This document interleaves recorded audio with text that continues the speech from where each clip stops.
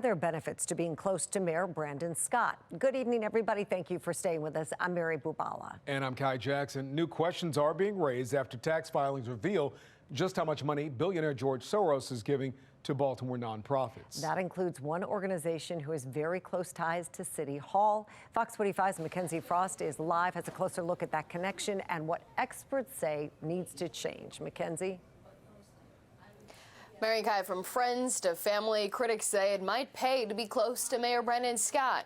But is that illegal? Mayor Brandon Scott runs City Hall, sitting on the city's spending board as well, overseeing contracts. And several Fox 45 News investigations reveal it pays to be close to him. His wife, Hannah Pugh, is the operations director for Be More Empowered, a Baltimore women's advocacy organization.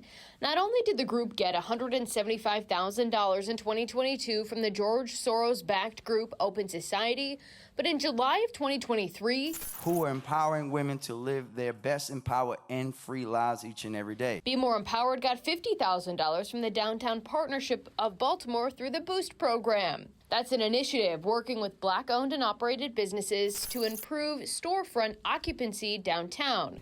In December of 2022, good morning. The December 14th, 2022 meeting of the Board of Estimates is now called to order. The Board of Estimates approved a $25,000 grant for Be More Empowered. That money coming from the city's pot of $641 million from the American Rescue Plan.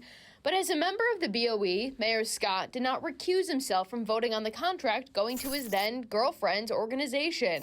The mayor's office telling Fox 45 News at the time, Be More Empowered applied for the grant and the selection was made before Scott and Pugh met.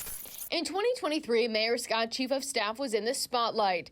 Kezia Kager's abrupt departure raised questions, and it's unclear if she left on her own or was fired. But Mayor Scott then gave her a new title, Special Advisor to the Mayor, with a $160,000 annual salary. City Hall is not a vehicle to hire your friends and your family. City Hall should be serving all people. The position remained a mystery to many.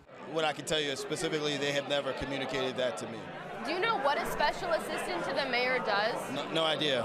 I mean, $160,000 is a pretty high salary for somebody in a position that no one seems to know what she's doing. No, that's definitely a good salary, particularly for Baltimore City government. It's more than I make. After the 2024 primary election, where Mayor Scott all but ensured a second term, people who supported his opponent, Sheila Dixon, seemed to be pushed out. If you know you have good, talented people that want to work for city government, that you let it go. You move on. Sources telling Fox 45 News 4 employees were let go, viewed as political enemies of Mayor Scott. Kimberly Washington, Liam Davis, Margot Bruner-Settles, all fired after the election. Bruner-Settles and Davis unsuccessfully ran for city council at the time. And then Andy Freeman served as the vice president of the East Baltimore Development Incorporated. He was fired by Calvin Young, who served as Mayor Scott's campaign treasurer. You can see him on stage with the mayor during Scott's election night victory party. The wisdom of Baltimoreans won out. Freeman now planning a discrimination lawsuit. Most public employees have a First Amendment right to be not to be fired for their personal political beliefs.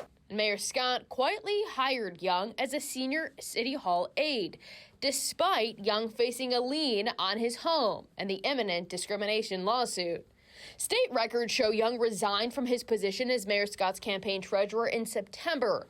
Scott's campaign quickly appointing Young's sister to fill the role. Is it a crime to hire your friends if they are somewhat qualified for the position?